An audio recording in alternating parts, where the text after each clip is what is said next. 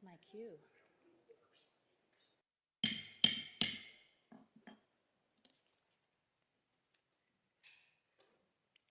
I'll wait for you, Councilmember Fisher. Good evening and welcome to City Council meeting of February 10th, 2026. City Clerk, please call the roll. Thank you, Mayor. Council members present and establishing a quorum are council members Cuddeback. Nope, you're the mayor. Sorry, my bad. You're at the top of my list. I can be council member today. Fulcher, Beaumont, Hanford, Walker, Fisher, and Blair. Thank you. Councilmember Fisher, please lead us in the Pledge of Allegiance. Allegiance to the flag of the United States of America and to the republic for which it stands, one nation, under God, indivisible, with liberty and justice for all. Thank you.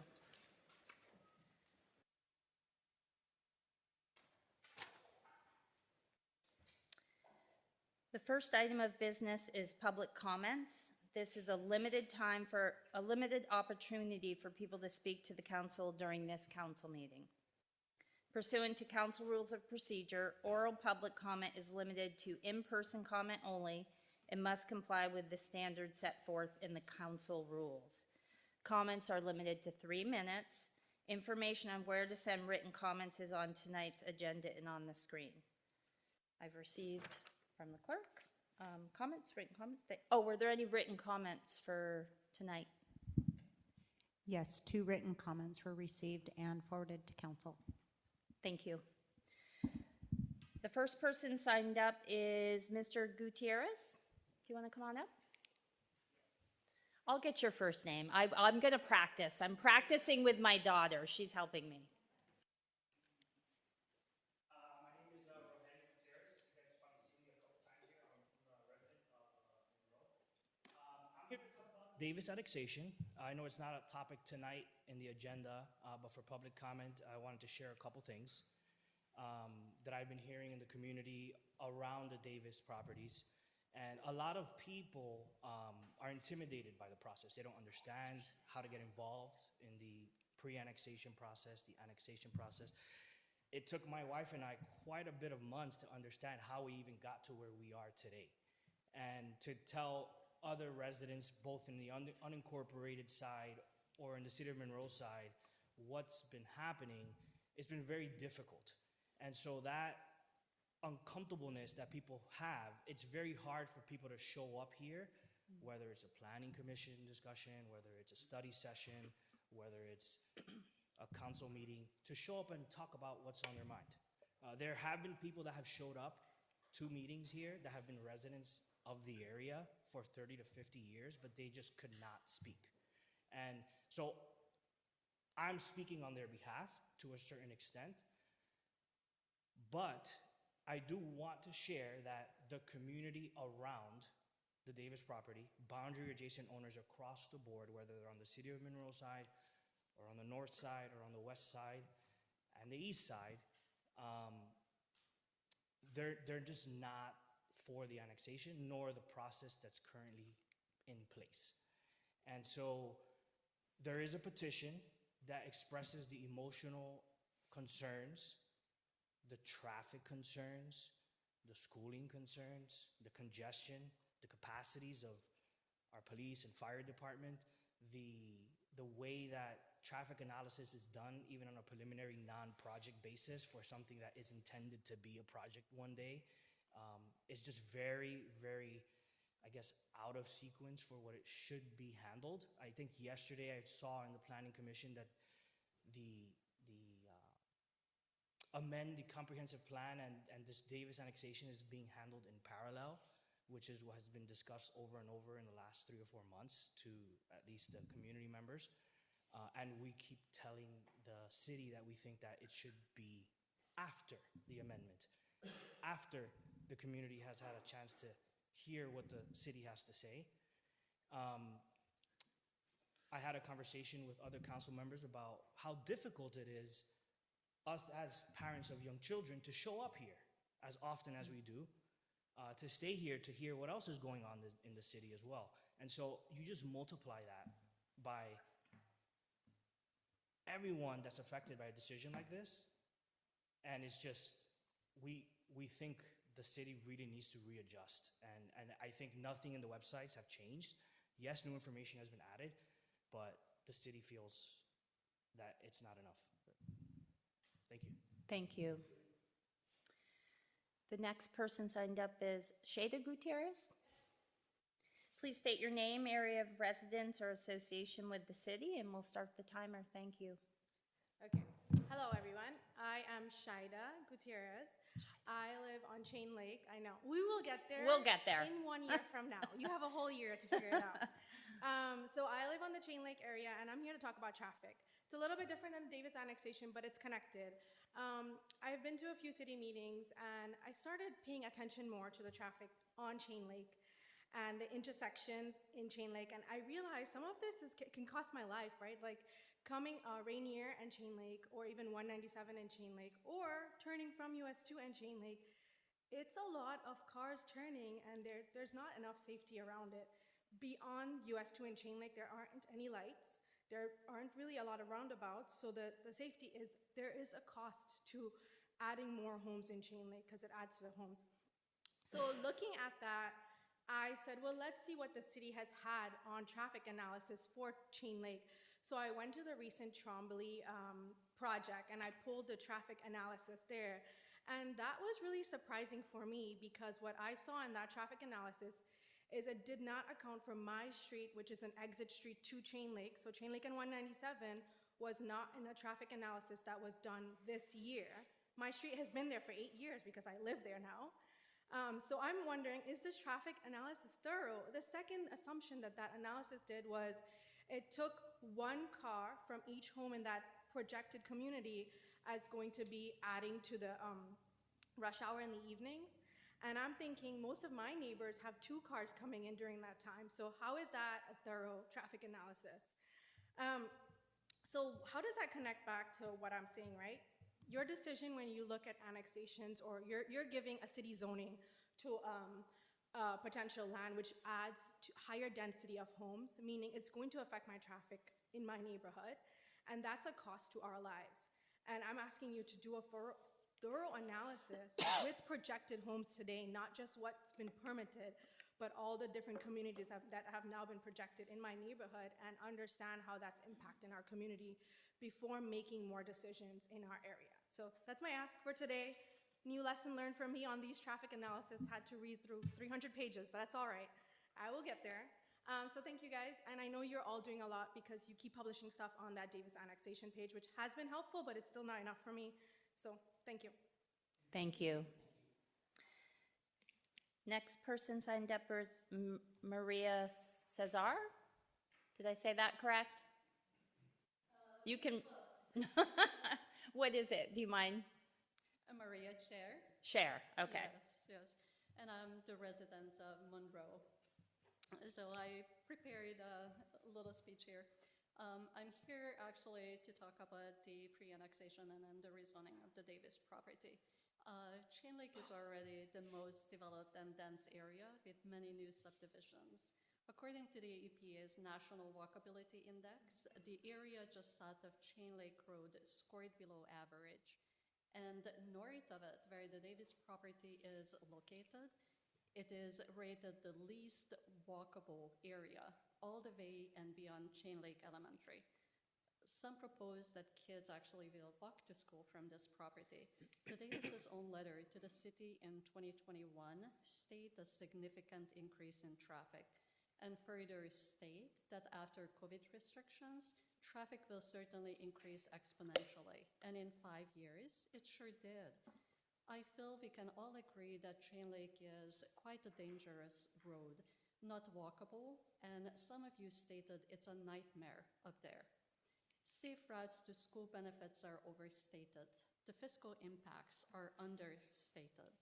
And the city's own capital improvement program shows that the major improvements needed to support development are not funded.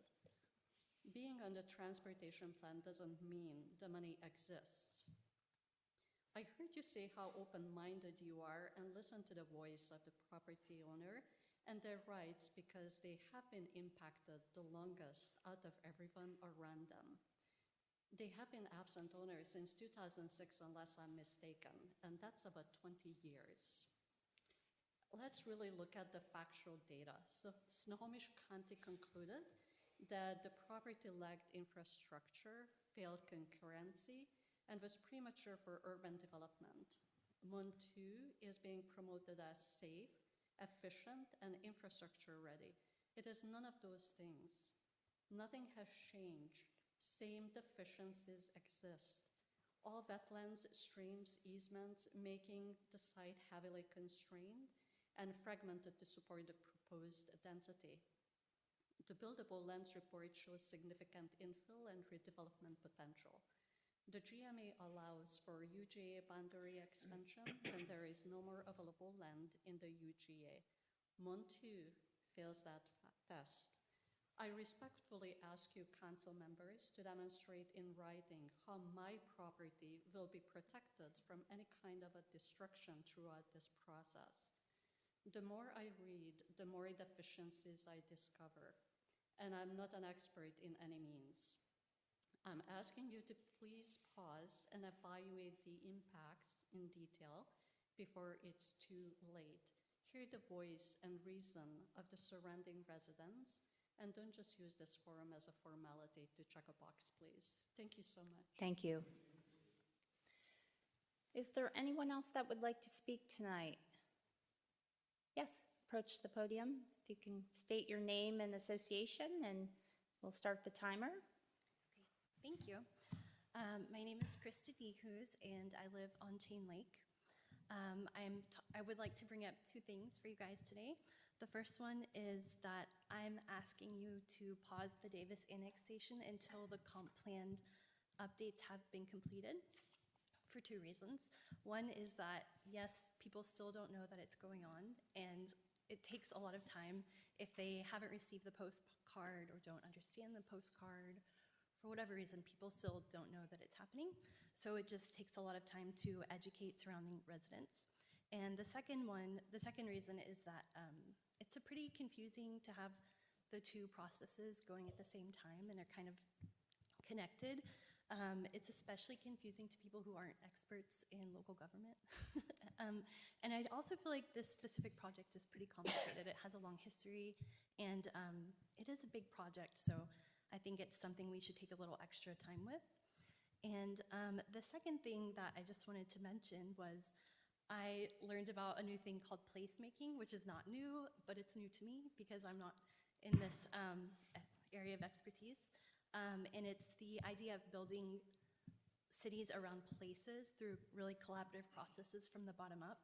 I know that that kind of happened with the comprehensive plan and all those like studies that happened, but I think it does relate to the Davis annexation because it's true that neighbors really do know what's best for a neighborhood because they live there. And I think that if there's any way that we could facilitate a conversation, I don't know how to do it. I'm just a regular person, and I've kind of reached out to people here and there, and I understand that you guys are really busy. I hear it because I've been going to the meetings. I know you're working on a lot, but I think it would be really amazing if a group of people in the Chain Lake area could talk to you guys about what the process is, kind of how we can make it the best that it can be. And then I guess one other thing that I'm still kind of confused about is I keep hearing that the project will be developed as residential, whether it's through the city of Monroe or through Snohomish County. But I talked to Frank Sussler, and he said that at its current zoning, which could change, but the current zoning only allows for 75 dwelling units. And that's drastically different than what we have. And Snohomish County zoning also includes things like tree protections, significant or canopy coverage requirements, tree protections, and transitional boundaries that we don't have in our development code. So that's all. Thank you. Thank you. Is there anyone else in the audience who'd like to speak? Okay, seeing no one else, the public comments portion of the meeting is now closed. Thank you. Next item on the agenda is announcements and presentations. Mr. McCorkle, will you please introduce the first item?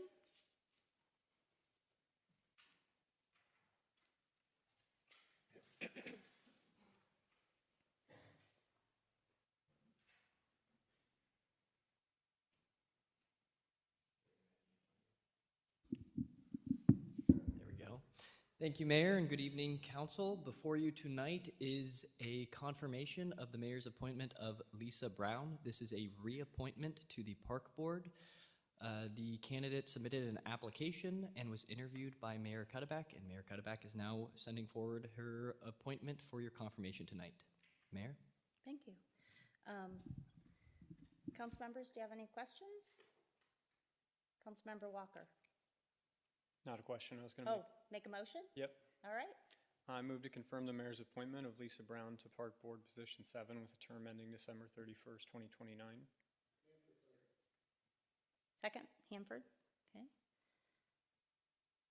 Lisa, would you like to come up? Councilmember Hanford. Thank you, Mayor. I just wanted to say thank you to you for your service over the last few years and look forward to your continued service. Thank you. Thank you. Thank you. Lisa, would you like to say a few words? Sure. Okay. Thank you, Mayor Kudebeck and council members for my reappointment. I have really enjoyed and learned quite a bit about our city working on the park board. I love being able to support my community and my council in this position. There are many opportunities for growth, and I hope to really help us move forward, making Monroe a community that people enjoy and want to be a part of. So thank you. Thank you. And when Ms. Brown and I met, there were a couple things she said that stuck out to me. I just want to help, which I absolutely love. And one of the things she said was, can't be part of the solution if you're not at the table. So I really appreciate that. So there has been a motion made by Councilmember Walker and seconded by Councilmember Hanford to confirm the mayor's appointment of Lisa Brown to the Park Board, Position 7, with a term ending December 31st, 2029. Any more discussions? All those in favor say aye. Aye. All those opposed say no. 6-0. Thank you. Thank you, Ms. Brown. Thank you.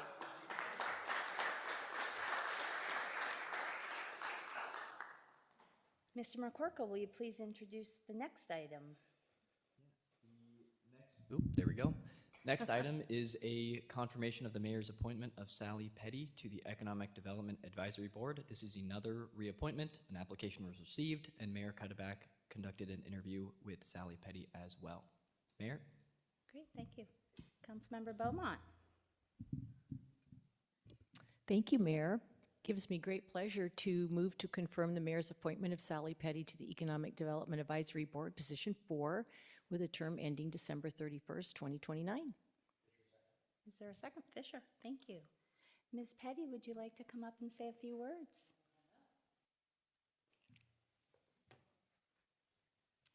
Good evening. Thanks for having me back tonight. I'm thrilled to have submitted my application for EDAB, and I've joked with a few of you that the wheels of change in city government turn a little slower than they do in small business. But I appreciate knowing the ins and outs of how city government works and just having a voice at the table with economic development. I've been in Monroe as a resident and business owner for more than 20 years, and my daughter it will eventually take over the family business and continue that legacy. And so we both have a very strong vested interest in making Monroe a great community. And I think a community that is strong from a business perspective is just a community that's very strong. So I'll look forward to continuing my feedback on that board. Thank you. And really enjoyed sitting and talking with Sally. It's funny, anybody who knows Sally is when she gets involved with something, stuff happens, right? And a couple of things I wrote down that you mentioned were learning the ins and outs of government. And I just really appreciate that, because I think it's great when you have community members who come forward and really want to learn about how their government works. And then also when you said the wheels of change, I love that. You know, hopefully it can move a little faster, so thank you for that. There has been a motion made by Councilmember Beaumont, seconded by Councilmember Fisher, to confirm the mayor's appointment of Sally Petty to the Economic Development Advisory Board, position 4, with a term ending December 31st, 2029. Any discussion? Councilmember Hanford. Thank you, Mayor. I just wanted to thank you, Sally, for serving and your involvement in our community in the various aspects, not just this. So, thank you. Thank you very much. Councilmember Walker. Sally, I just wanted to say that you do a lot for this community, and you are very appreciated. So thank you for all of that. Thank you Yep. very much. Great. My pleasure. Okay. And all those in favor say aye. Aye. All those opposed say no. Motion passes 6-0. Thank you, Sally. Thank you very much.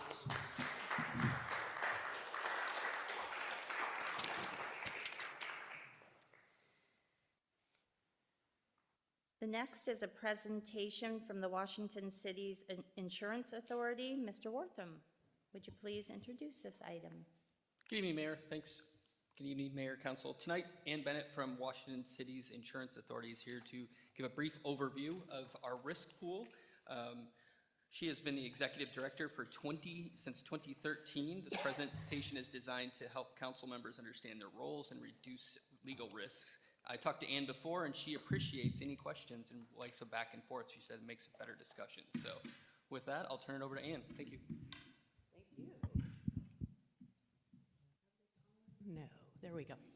So, Mayor, members of the council, thank you so much for having me. I have been with WCIA for close to 30 years. I was a child prodigy, in case you were wondering. And I actually have worked with Deborah for 20 years throughout that. And Monroe has actually been on our board of directors and been on our executive committee, and you've been very involved in our organization. So, next slide. So, as mentioned, I think this presentation really works when it's a conversation. I'm kind of going to go over who we are, what we do, give you an update of what's going on in the world of insurance, and then go through how you, as council members, can create liability for the city, and I'm going to help you avoid creating liability for the city. So that's where I think some of the discussion, in case something's not clear, let me know. I know your city attorney is also present remotely, and so if Zach has things to add, I would encourage him to jump on in as well. So what is WCIA? We are actually an interlocal entity. We were created back in 1981 by 9 cities, mainly because the insurance industry doesn't like public entities from a risk perspective. So what ended up happening is 9 cities said, we have to do something. They went to the legislature, got legislation that allows public entities to pool money to create self-insurance. And that's what we are. We're actually a public entity.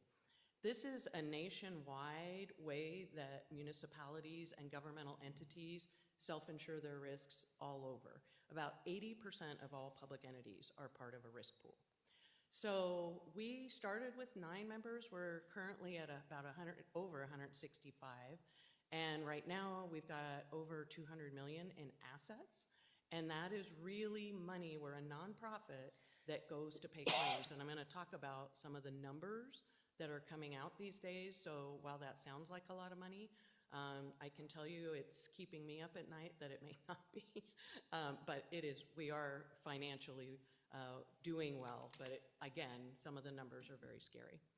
So what's some of the advantages of this pooling arrangement is every single member has a voice in how we're run and on how we operate, the coverages we offer. I know when Deborah was president of our board, we did all kinds of, can we add this to the coverage document?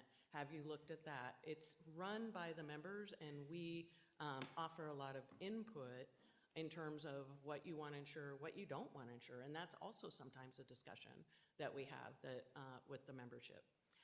The biggest thing that we do is we assist members in reducing risk in the first place.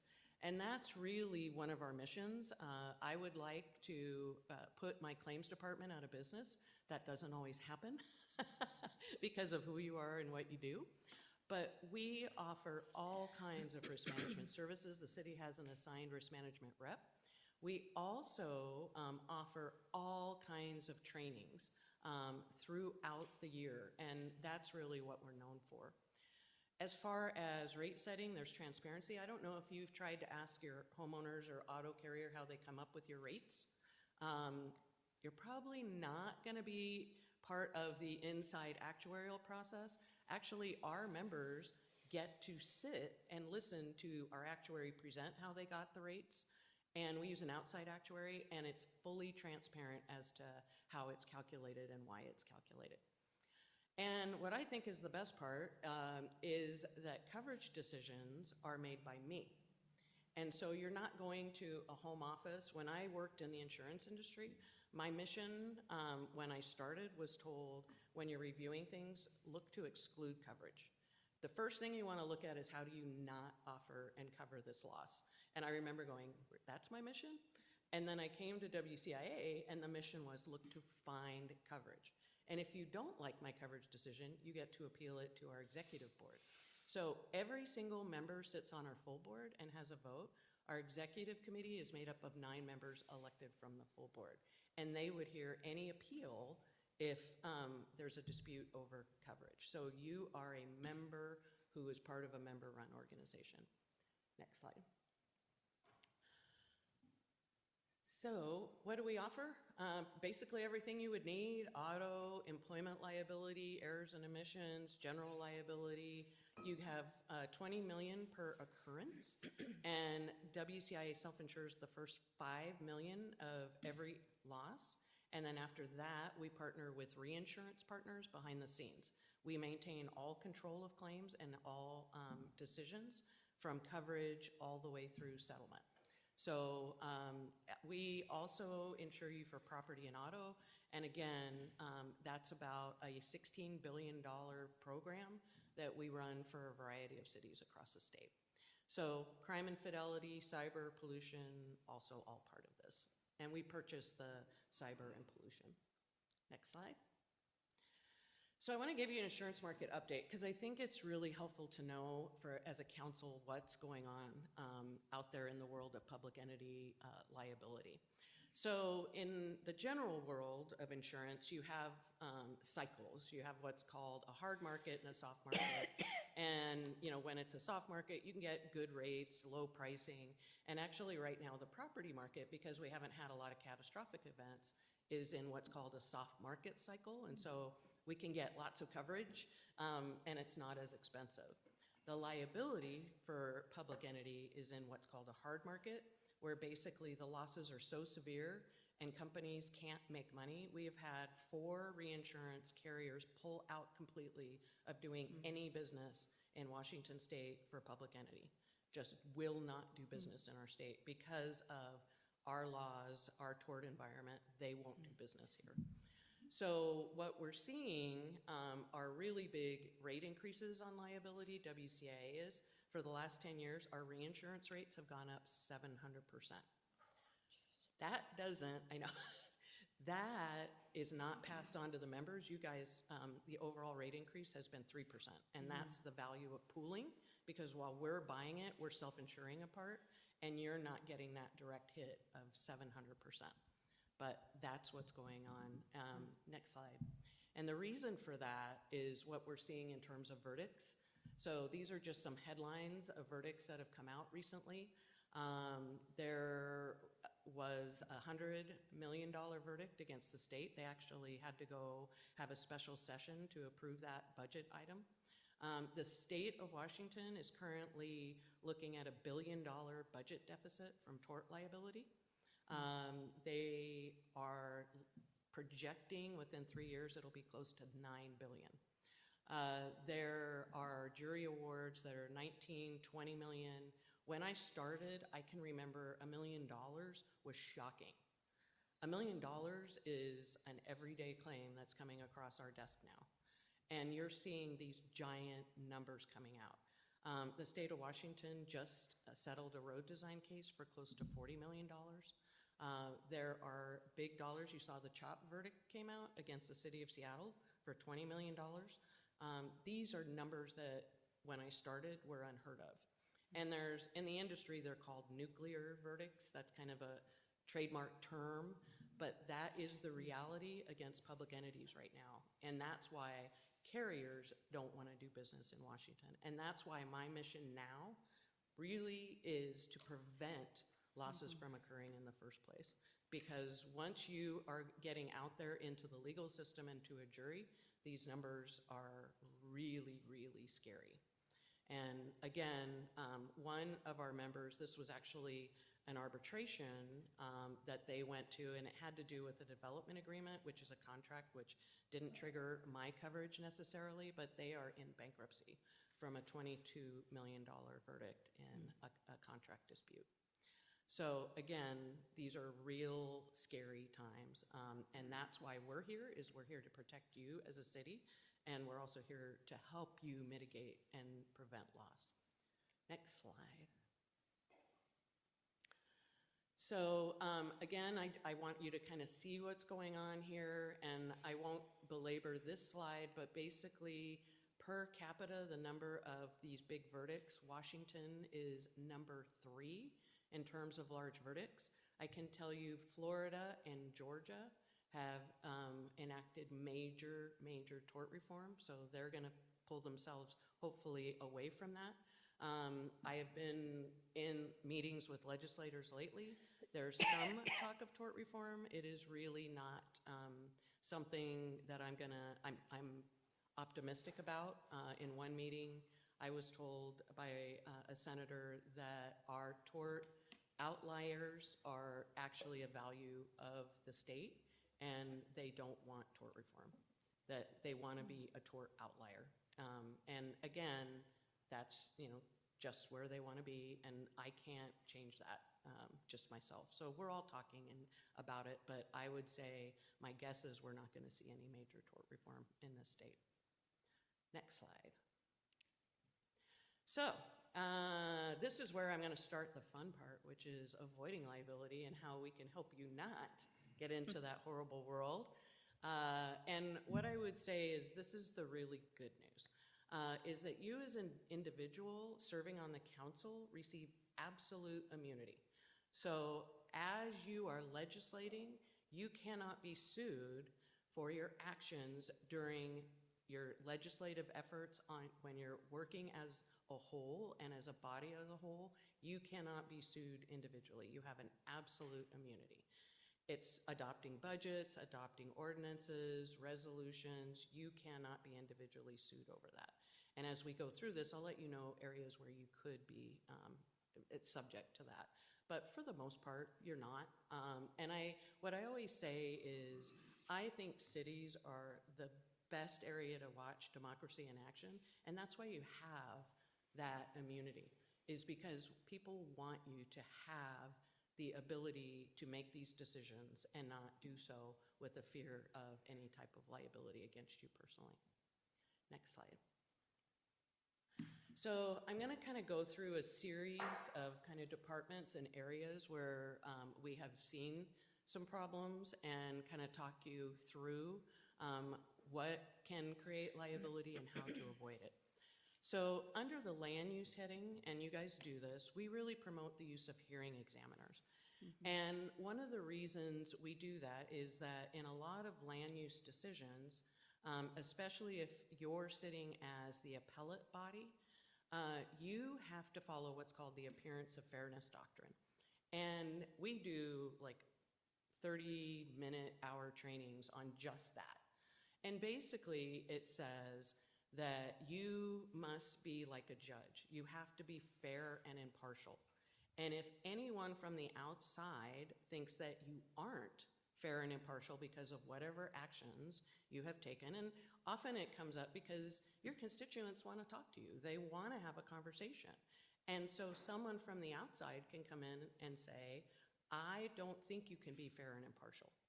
And that means that your decision later, if you're sitting as the appellate body and you guys don't sit on appeals of land use decisions. It goes to a hearing examiner, but they can say, we believe you violated the appearance of fairness doctrine, and/or we believe your decision was arbitrary and capricious because you weren't following the law and you weren't objective. And so that's one of the reasons that we really advocate for that, because it just takes that liability away. Because you have a hearing examiner making a record who doesn't have any appearance of fairness issues in the process. Now, even though you have a hearing examiner, there are ways, and I'm going to give you some horror stories, where councils have gotten themselves in trouble. So the first case I'm going to talk about is Westmark versus Burien. That actually was a WCIA case, and when I became claims manager way too long ago for me to remember, back in 2005, we actually received a $10 million verdict in this case. And what this case involved was a apartment complex that was being built on a steep slope. It originally started with King County, and the city of Burien incorporated, and when they incorporated, they decided to pull this project out of King County's hands and took it on. One of the reasons Burien incorporated is that they did not want the amount of apartment development that was going on to continue. And that was one of the reasons back in 1993, they incorporated. So that's when this project started. Land use laws have changed, so some of this delay can't happen now. But basically, there was a lot of delay over the, I guess, ecological issues on this site. And so the question was, were they going to do an environmental impact statement or not? And so it kept going back and forth, and it was delay. Throughout this process, there were members of the council in open session saying things like, what do we have to do to stop this project? Why we don't want apartments. Staff, what are you doing to make sure this project doesn't go through? And we don't issue these permits, don't do these things. And so when we had this case, we saw it as a case of a developer who didn't want to spend the money on an environmental impact statement, who was delaying the project themselves, trying to get that waived. What sat in front of a jury was a record of the council saying, we want this project stopped. We don't like apartments. We don't want apartments. So this case, actually, because King County was involved, was tried in Snohomish County Court, and that, in 2005, they came back with that $10 million verdict, and we were stunned, because we kept thinking this was all on the developer side, but it all came out that it was because of all of the council's discussion that they felt that the council interfered with their business and that staff felt intimidated by council based on everything they said. So when you get a $10 million verdict, what do? You file an appeal. So it's like, we'll file an appeal. The Court of Appeals excoriated the council and said it was a business interference, it was done intentionally, we have no doubt in our mind that this verdict should be upheld. And in the end, with attorney's fees and all kinds of other stuff, it ended up, we paid out approximately $16 million on that one loss. The other one I want to tell you about isn't one of ours. It's Mission Springs versus the city of Spokane. This is an older decision, but basically this was a very controversial development in the city of Spokane, and it had gone through all of the process, and the developer was completely vested. So had done everything right, received vesting for their project, but because it was controversial, the mayor said, you know what, I'm going to invite members of the community against the project to come to this council meeting. And in the middle of the council meeting, he said, I want to know the status of this project. And the development services director said, we're issuing grading permits. And the mayor said, I want you to stop. Now think about that. This developer's fully vested, has gone through the process, and the mayor saying, I want you to stop. So the city attorney immediately stands up, and now to this day, and maybe Zach knows, in open session, Zach will say to you, we're going to go into executive session because he's going to talk to you about the legal ramifications of what you are doing when you are saying, I want you to stop this project and revoke it. For whatever reason, the city attorney here on the record said, if you stop this project, you will be violating state and federal law. And what do you think the mayor did? I don't care. Stop the project. So next thing you know, the lawsuit comes in because they did not issue the grading permits, the lawsuit came in, and the initial ruling was, yes, you intentionally violated local and state law. And so this is the listen to your city attorney plea, is when your city attorney says to you, this is illegal, and hopefully, and I know Zach, he's going to tell you that in executive session, he's going to give you that legal advice, that you will listen to that advice. And in this case, because it was knowing and intentional and on the record that it was a knowing violation of the law, their insurance carrier completely denied coverage because insurance is for accidents, not for intentional violations of the law. And to this day, I don't know how much was paid by the city. There was all kinds of other stuff going on behind the scenes, but I know it was big money that went to this developer. So I don't know, Zach, I saw you kind of pop up. Did you want to add to that one? No, I just wanted to applaud everything that you've said so far. Thank you very much, Ann. And it reiterates, I think, a lot of what the Monroe City Council hears both from myself and from their very competent city staff. So thank you for distilling these concepts down into a very digestible, easily to understand format. It's much appreciated by me. Thanks, Zach. And then I did want to mention development agreements. These are a very handy tool for you.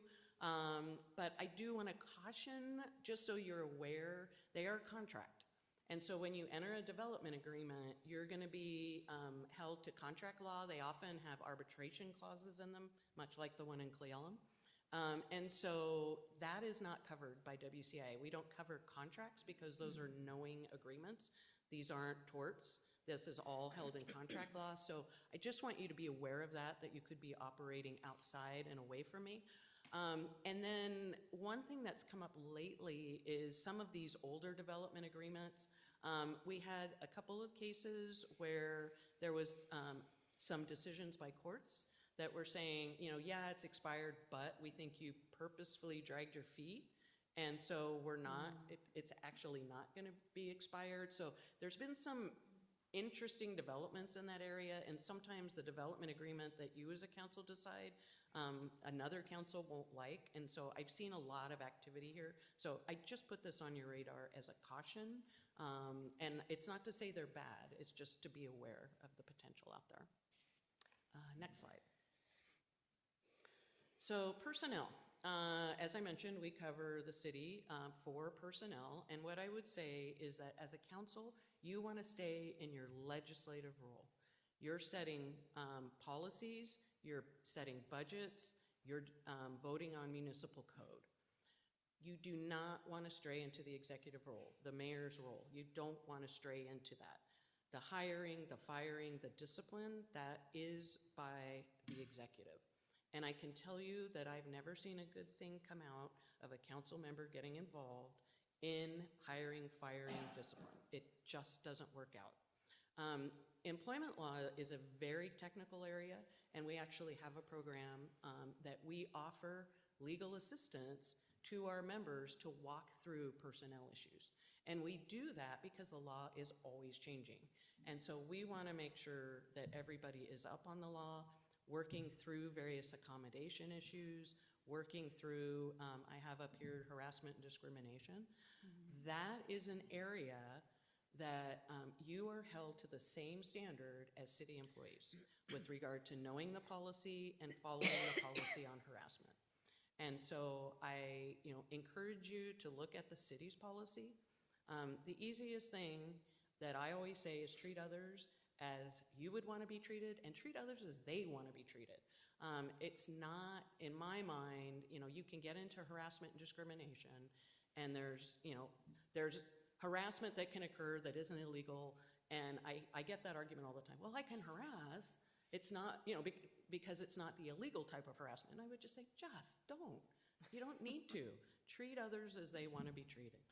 This is an area where you can be sued individually, and I have seen this. I have had council members who have been named in litigation for inappropriate interactions with employees, touching employees, hugging employees, making them feel uncomfortable. I had one where a council member was regularly hitting on an employee, looking for dates, things like that. That is 100% inappropriate. And so the city, if they're aware of it, will immediately ask you to stop. And we would ask that you police each other on this one. We had one situation where it became so egregious that the public found out about it, and we had members of the public during public comment coming up and saying, shame on you for doing this. And it came up in the re-election campaign, and there were picketers talking about everything this elected official had done to city employees. So again, it's not a good thing, and you don't want to be in that position. If you are aware of a situation, if a city employee comes to you and says, I am being harassed, but I don't want you to do anything about it, you cannot do that. You must do something about it. I can't give my employees a promise or an assurance that I won't do something about it. So as soon as you're aware of it, you need to let the mayor know. And then she will, with Deborah, take steps to make sure that that issue is addressed. And so again, you need to report that and then recuse yourself back away from it so that it can be handled appropriately. And again, if you're aware of anything, immediately let the mayor know. Next slide. Negligent misrepresentation. So this is kind of a weird one that it's better explained through a story. But what this means is if you make a specific promise or assurance and you're wrong, and somebody relied on that promise and assurance and they were damaged because of it, there is liability. So I'll give you the example. One of our cities, every single building in the downtown is clad in cedar shingle. And it's a really quaint little downtown. Well, a business owner came in and talked to the mayor and said, look, I can't afford. It's deteriorated. I need to replace the cedar shingle. It's too expensive. I can't afford to do it. I will lose my business. And what he was asking for is, can I not put up cedar shingle? Can I just put up some stucco or other siding? And what do you think the mayor said? Well, yeah, you're a valued business person, and we want to keep you afloat, and I don't want to see you leave. Well, the problem was they tore it all down, all the cedar shingle, put up all the new siding, and the building official came out and cited them and said, you have to take this all down. And the reason is it violated code. It was wrong. So the mayor made a promise and assurance, and it was wrong. And because that business owner relied on it, we paid the claim. We paid because all of that siding had to come off and the cedar shingle had to go on, but it was a negligent misrepresentation. So what I would say is, this is the area that I use myself, is if there's a specific question, refer it to staff. You have great staff. And if somebody gives you a question, you can say, I don't know. I say that all the time. I don't know, but I know someone who does know, and I know someone who has the answer. So you can always refer to your staff. They're the experts. And it's okay, if you refer something to staff, it's okay to just say, hey, I just want to follow up, make sure you contacted the citizen, and that's okay. But they're your experts, and that's who you want answering those types of questions. So again, don't take matters into your own hands. Don't try and solve it yourself, because it may be with great intention that you're doing it, with no ill will, but it can get you into trouble. So I just want to check any questions, because that one's kind of a weird one. All right, next slide. So defamation. This is another area where when you are legislating, you have absolute immunity. So you are here to debate issues. You're here to have good discussions. You can't be sued for defamation when you're talking about concerns, issues, matters, all of that, you're immune. What I will say is you have to be very careful about individuals. And so again, this is kind of a golden rule. How would you feel if somebody was talking about you personally in a public meeting, because and there's a hint of untruth? Any untruth can give rise to liability. Now, there are some situations where you can defame individuals, and believe it or not, it's in the election setting. We actually have a Supreme Court case that says you can defame your opponents. And at the time when I heard that, I thought, where are we going that it's okay to defame people and you can't be sued for it? But again, what I would say is in a council meeting, I would be very cautious about that. There are certain individuals, and it kind of parses, are they a public official? But, maybe you can. I still wouldn't do it. If it's staff or any other individual member of the public, do not. And again, any untruth can give rise to liability. So please don't talk about individuals on the dais. Next slide. So I think it's Public Works. Yep. Okay. Now this one gets really tricky. And so I use a term called political engineering. And what do I mean by that? Well, let me start, because the whole reason you have liability in public works is something called joint and several liability. And this is an area that most people don't know about, that jurors never get to hear about. And what it says is if a person bringing a lawsuit is completely fault-free, they have no liability, and they sue multiple defendants, any defendant, if there's, let's say, 2 defendants, one is found 60% at fault, the other is 40% at fault. As long as there's fault established, you can collect as a plaintiff, if you're fault-free, the entire amount of the verdict against either defendant. So where this comes up a lot is in road design. So what often happens is you'll have, let's just say, a pedestrian with catastrophic injuries, and they're hit by a car, and that person doesn't have insurance. Oftentimes, what will happen is there'll be a lawsuit brought against the city for negligent road design because you're looked upon as what's called a deep pocket.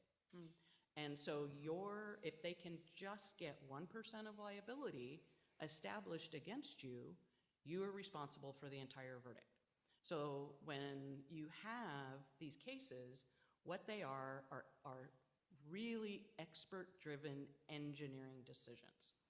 So when I say do not politically engineer, what you want to make sure is any decision to put in a stop sign, a crosswalk, is fully vetted by engineers, not you wanting a stop sign, not you wanting a crosswalk. Crosswalks are not force fields. They are not, lots of people are killed in crosswalks. And mid-block crosswalks are extremely concerning from an engineering standpoint. So often people will say, I want a crosswalk, but they're actually, believe it or not, safer when they're jaywalking because they're looking for vehicles. And there's all kinds of studies on this. So what I will say is that you want to avoid directing staff to do any type of road decision. They're going to do studies. They're going to look at the MUTCD, Manual on Uniform Traffic Control Devices. They're going to engineer it. Because when you're in court, why did you put that in and what was the rationale? The answer is it was fully engineered. And we looked at the warrants and we put in the appropriate engineering treatment. We have a question, yeah. Councilmember Walker. Yep. Thank you. So I got 2 separate questions. The part that you mentioned a second ago about the split fault and how if one party is established as being negligent, either one can be gone after. Is that specific to, is that a state-by-state basis? Yeah, we're one of the few that has that, and that's one of our suggestions for court reform, is to either eliminate it or do what some states do, which is you have to be more than 50% at fault before it kicks in. But yes, it is unique to Washington. I think there's less than a handful of states that have it. And that falls under the umbrella of tort reform. It's included in there. Okay, got it. Yeah. Okay, thank you. And then other question is, when something like this comes up, last week we were talking about budget and traffic calming devices and that kind of thing. is the proper way to go about it then to go, hey, can we do a study on this? Or can, in like a budget conversation, can you still say, I'm interested in doing more, putting money into more crosswalks or lit crosswalks? Can you say that explicitly? Okay. Because it's you're budgeting, and there's actually some good law that talks about discretionary immunity in terms of money being spent. So it really comes out of the state because the state has billion-dollar projects. So what happens is somebody will sue the state for road design, and the answer is they just didn't have the money, and they put it forth as a capital improvement, but the legislature said no. And it was a funding issue, and that can sometimes be used. It's called, you have discretion on how you spend your money. But saying you'd like, generally to put more money towards these things is great because you're then going to give it to the engineers who are going to decide, can we put a crosswalk here? Can we put traffic calming here? And I have seen all kinds of great answers in traffic calming. And Project Zero is out there to help pedestrians. So you definitely want to fund those projects and ask, but it's just making sure it's engineered, that you're not going around them. You don't want to make inflammatory statements, though. I will caution. I mean, I've sat in council meetings where, how many people have to die before we do something. You don't want that on the record. But to say we'd like to see traffic calming, that's perfectly acceptable. Got it. So while it may be a sympathetic thing to say that, oh, so-and-so intersection is dangerous, people are getting hurt there all the time, in terms of stewardship for the city, it is probably not wise to call that out or say that. I would say, I would have that conversation in private. Okay, got it. And I would have that conversation that says, have you looked at this? And have you studied it? And I think in fact, there is a bill currently pending that's talking about designating some areas for study.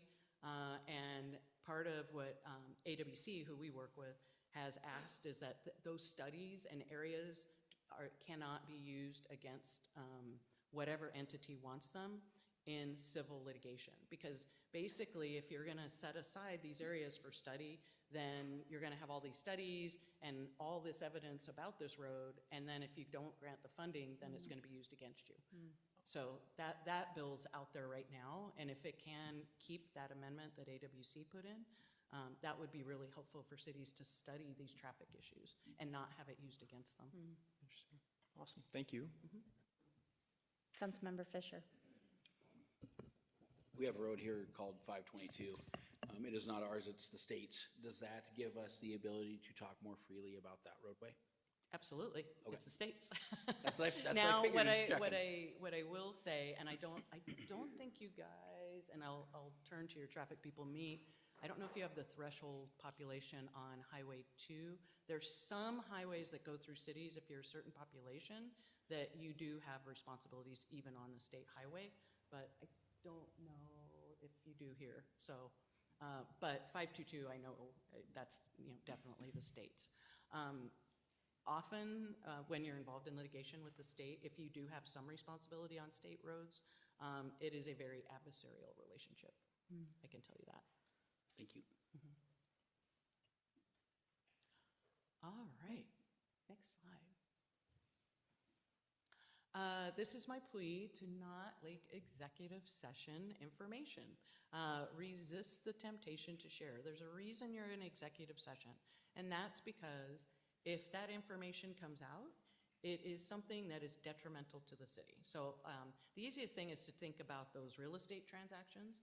How would you like it if you're buying a house and the person you're buying from the house from knows your top dollar?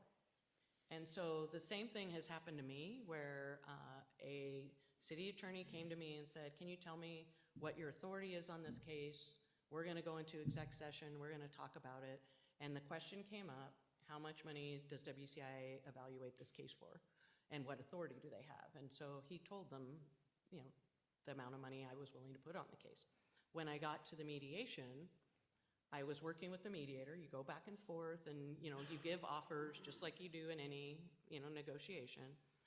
And at one point I said, I think this is, I'm done. This is my top dollar. And he said, I just have to tell you the other side knows your top dollar. And that's not it. They told me what you have. And I knew exactly where it came from. And so after that, we came back and said, this council will never know what my dollars are. We've even had it to the point where we will cut off all communication. It was so bad. We had letters leaked from executive session. There was one council meeting I actually watched where, as I mentioned, we have a program where you can get legal advice, and we had one of our attorneys come in and give some legal advice to a council and had written up his legal advice and handed it out. Unfortunately, he did not grab them all back, and one made it out, and as they were coming onto the dais, one of the council members took the letter and gave it to the attorney for the neighborhood association. And I watched a city attorney just leap over and start grabbing it and was saying, this is privileged. He cannot waive privilege. And so very quickly went across and said, do you waive privilege? And the answer was no. And so that council actually sanctioned that council member for doing that. So what I will say is, if you have a conflict with an item and you feel that you can't be there objectively and that you will feel the need to share it, then just say, I'm going to recuse myself. I have a conflict, I'm going to disclose it, and I'm going to recuse myself. But again, just know there's a possibility sanctions can be imposed. And we as WCIA, if we know we have a problem, we just won't give any information out. We will just lock it down. Next slide. And then comes the fun part, which is be mindful of your written communications.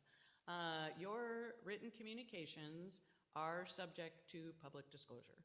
So first of all, you should use your city email account so that the city can make sure that they have all of your communications should a request come in.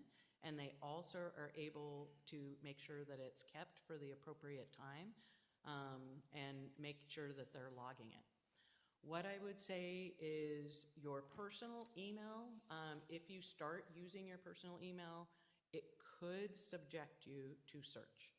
And there's some cases that came out where people were doing city business on their personal email. And basically, if you're using your personal devices to conduct city business, then it could, I'm not saying it always will be, but it could subject it to search. So there were some cases that came out with personal texts going back and forth, and it basically subjected their two people's phones to search for those public records. Also, when you're communicating in email, what I always say is your email can and will be used against you in a court of law. So be aware of what you're putting in writing. Think about how it can be read. And think about how it would come across to somebody just looking at it. And so, again, it can be interpreted different ways. Yeah, Councilmember Beaumont. Thank you, Mayor. I have a question for you that I've kind of wondered about. So I'm in my second term, and I am a council member, but I'm also a trustee of the Monroe Historical Society. So I just want to double check with you that I'm handling this correctly. For those items where I am a Historical Society trustee, often overlaps with city requests or things that we're doing here. I use my personal email for that, not my city email. I would have to defer to Zach on that question because I don't know. The Historical Society, is it a part of the city? Is it a public entity? It's a nonprofit. Oh, yeah, then no. Okay. Yeah, that to me, that you're not doing business on behalf of the city or as a public entity. It's more for informational type communications and requests and things like that. But I always wondered, I've kind of made that decision thinking it was the right thing to do, but since you're here, I thought I would ask. Yeah, and again, I will defer to Zach on that because I don't know the makeup of it, but definitely if you're doing, if it's a private nonprofit, you're not subject to public disclosure. Okay, so I use it personal looks like phone Zach and personal popped up, email so for that. I'll let Zach take that one. Thank you, Zach. Sure, that's my understanding as well, council member. I'm happy to speak with you about that. It's sidebar to kind of flesh out any specific details that I might not be aware of, but from the description that's been given tonight, I concur with Ann. Okay, wonderful, thank you. I also want to caution you on social media. There's been several cases that have come out regarding social media use. So the question is your social media account a personal account? Is it an election account or is it a city business account? And so the best example I can give you is there's been some really good cases that say, you know, this is an election account. It's not for city business. It's wholly separate from the city. A personal account is a personal account. If you start using your personal account to discuss city business, you have to be very careful. So we had a mayor that had a personal Facebook account and then started opening it up and talking about city business and actually left it open for comments. So people could post on his Facebook, they could say whatever they wanted on his Facebook page. By doing so, he basically created what's called a public forum. So he opened it up to the public to talk about city business. And what occurred is someone from a hate group actually started posting on it. And he immediately blocked them, which you think it's a hate group. They're posting hateful messages. I should be able to block them. Guess what? The court disagreed. They said that you created a public forum. You cannot stop that person from posting. You can't just block them. And so you had to have a policy, and you know, you'll see things with cities where we don't allow this, we don't allow. Well, he opened it up to everybody. And so we actually, WCIA had to pay a member of a hate group for posting on his page because it was a violation of his First Amendment rights, because he didn't have any type of policy with regard to what could be posted, who could post, and he opened it up for public disclosure, public comment. So again, just be very careful about that. And again, this was a very unique situation, but you just don't want to be in that position. So just be aware. And I think that's my last slide. So I'm happy to answer any questions. I gave you lots of don'ts. There's a few do's in there. Any more questions, Council? Councilmember Walker. How about taking city business-related calls on your personal phone? Have any cases? Yeah, sorry. Oh, I'm sorry. Go ahead. I didn't want to interrupt you. No, you go ahead. I'm sorry. Okay. You're the expert. It's probably I will defer to the expert, which is Zach, but it may mean you have to show, if somebody requests like a call log, your billings, that came up in this case in Pierce County where they had to show their billing statements. They could redact the other numbers.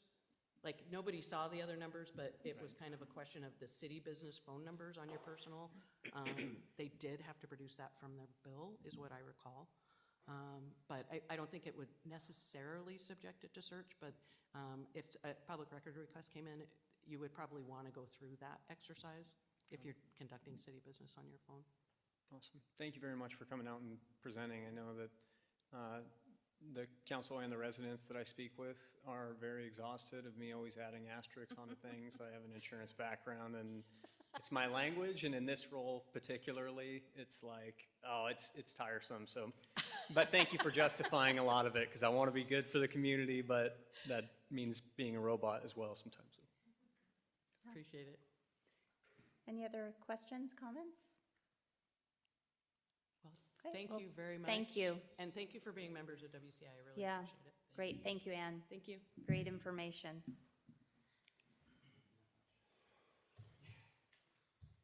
All right, the next item of business is the consent agenda.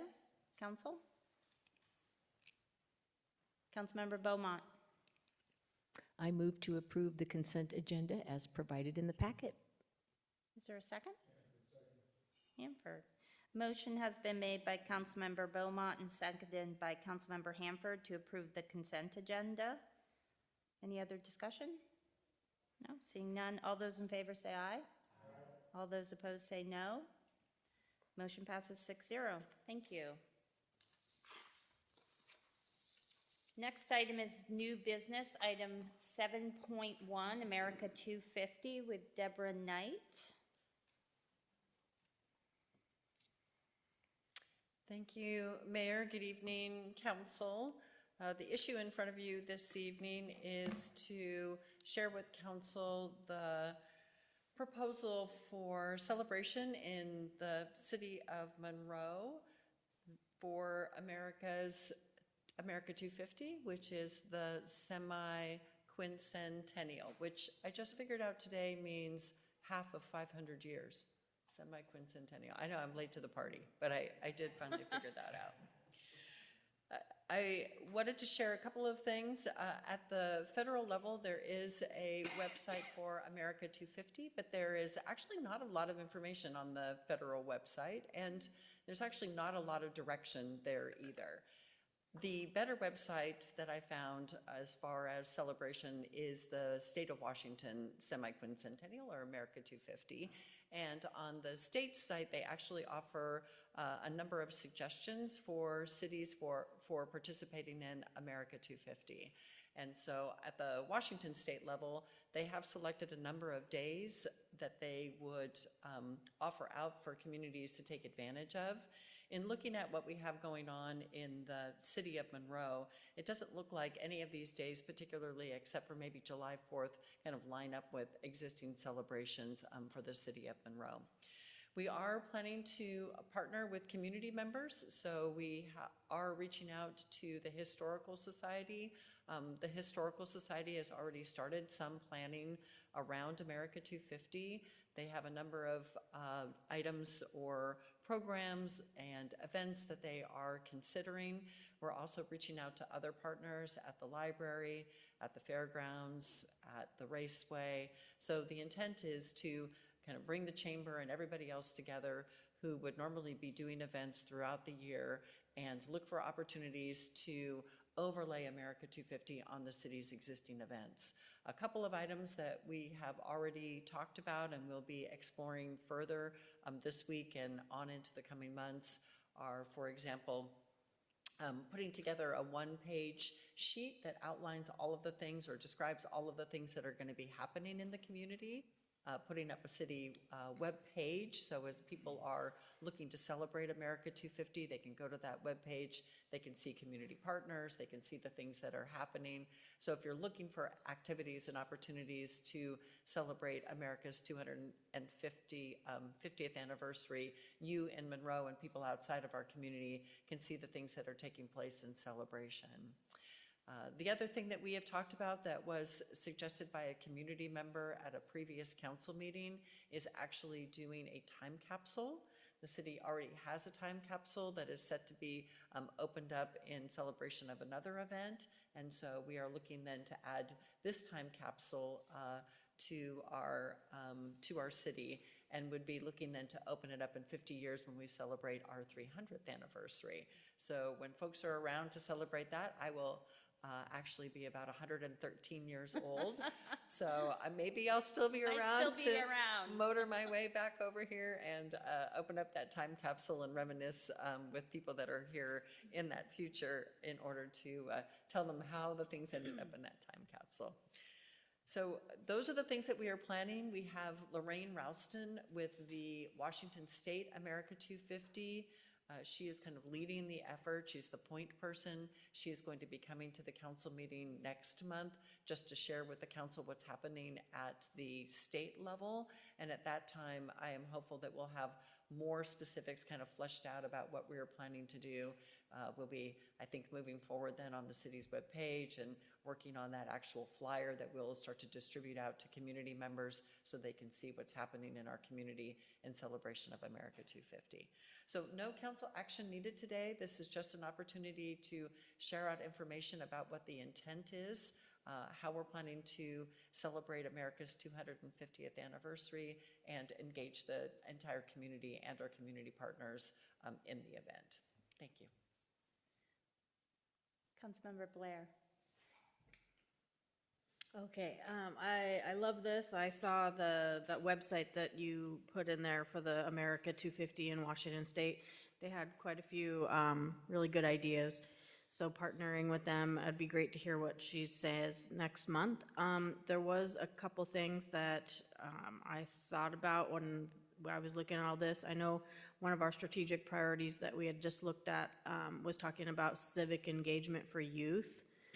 And one of the partners, community partners, to maybe try to contact would be the school district and see about getting an art contest and also a written contest that I'm sure somewhere on that site there were questions like, what does democracy mean to you, or what's so important about the Constitution, or what makes America different, or something. So, and then also, besides the kids having an 18 and over contest, you know how we did the art contest where the Swift statue got made on Main and Lewis right there? Maybe there's a way to get, even if we don't have the funding for it right now, but have a community member come up with a way for us to commemorate 250, America 250 on that same corner. It'd be a different corner, of that same block there. Just to get the civic engagement up with people, I think is huge, and 250 is a great opportunity for that. It helps to bring connection and that team spirit, and just like how we've got the Monroe, the branding and stuff, it kind of goes along with that. Let's see. I think I said most everything I had written down. And the events. I know that it seems like we don't already have things on those days, but June 14th is Flag Day, and I don't remember what organization that always puts out the flags on that day. So there will be something already kind of happening. Does anybody know what organization does that? Is it the VFW, possibly? I would like to see us actually do events on those 4 dates, because I think that any excuse for us to have people gather, and especially celebrating the history of the U.S., I think is a great reason for it.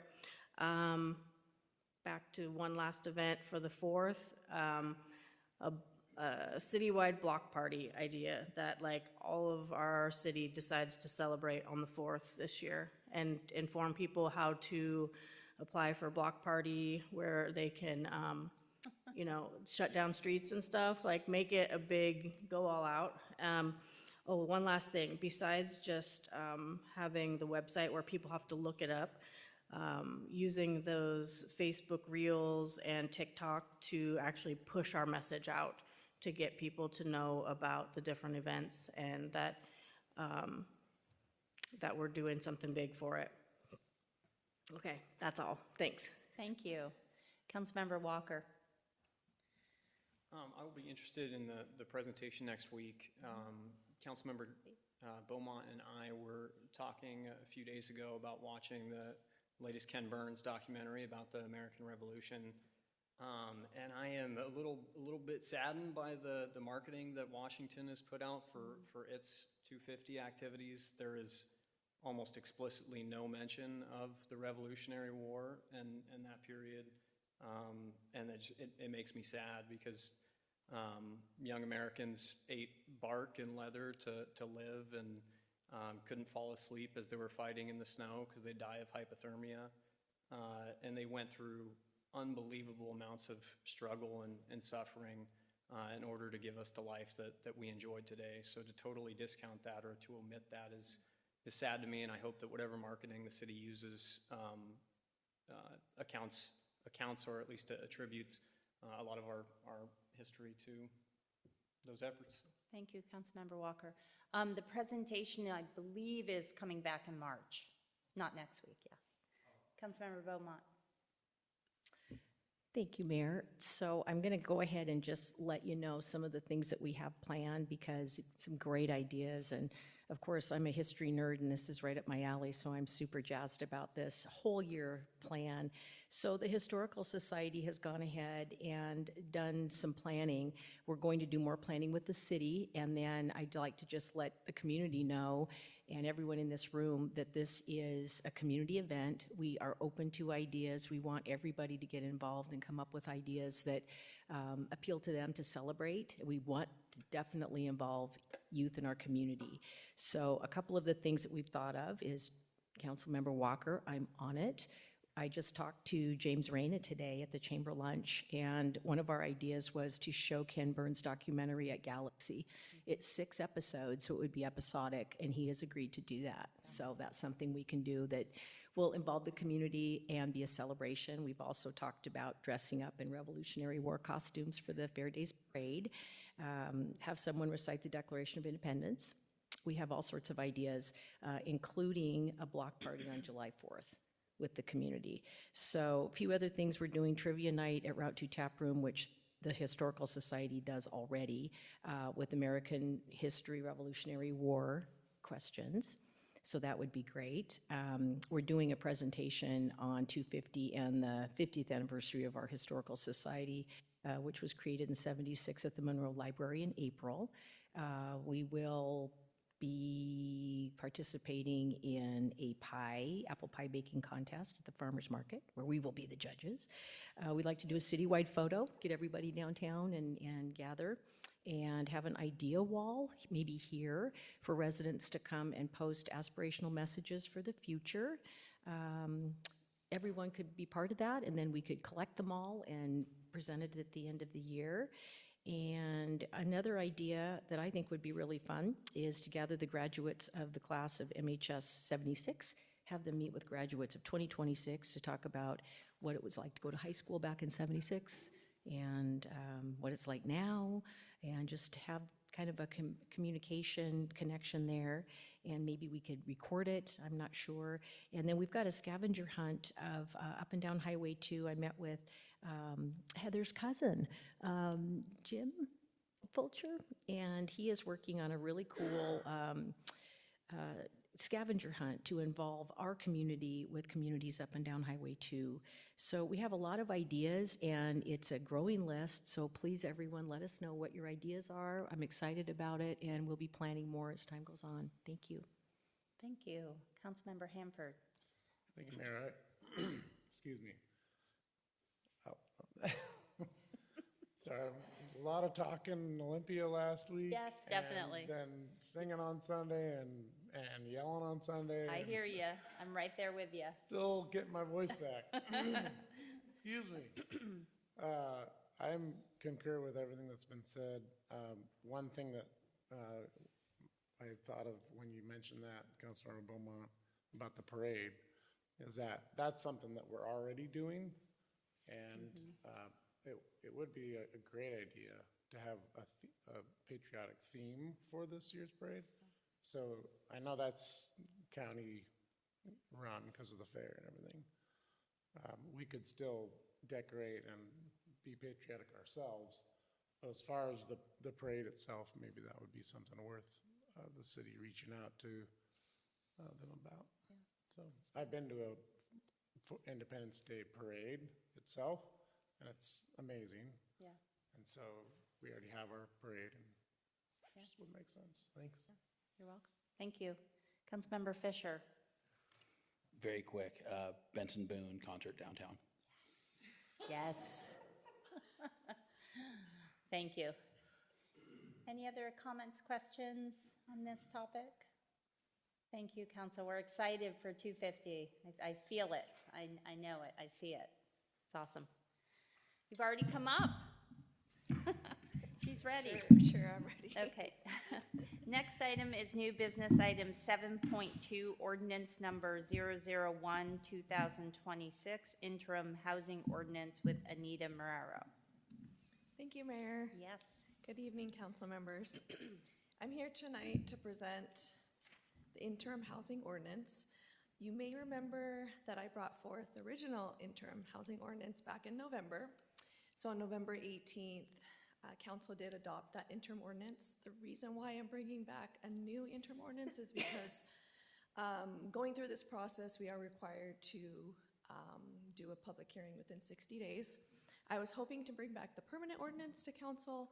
I missed it by a couple weeks, so that is the reasoning behind doing this new interim ordinance, but everything as far as the proposed amendments are the same.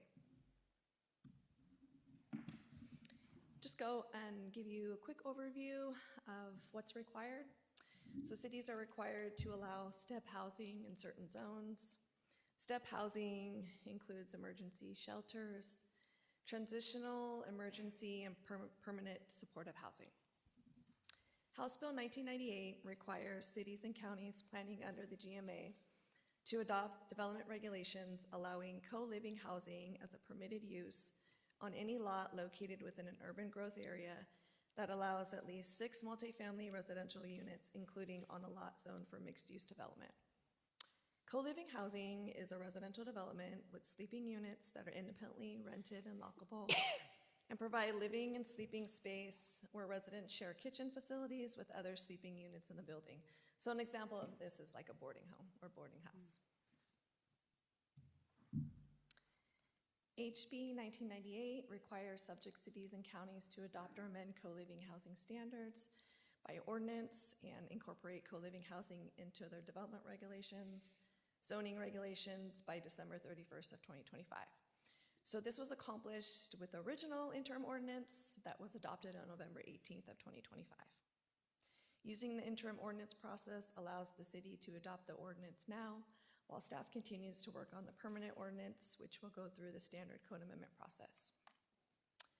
A public hearing on the adopted interim zoning ordinance will be held within 60 days of adoption. So if this interim ordinance is adopted tonight, then we will need to schedule the public hearing before April 11th of 2026. So the city already does allow for some types of step housing, and these are grouped under the uses of community housing services and permanent supportive housing. But they are not currently allowed in all of the required zones. So this is the purpose of the interim ordinance. Co-living housing is not currently an allowed use, therefore it must be added. So this just goes through the proposed code changes. So we are proposing to add a definition for co-living housing, allowing co-living housing in the multifamily residential zone and mixed-use zones, allowing stepped housing in the following zones: tourist commercial, limited open space, and general commercial.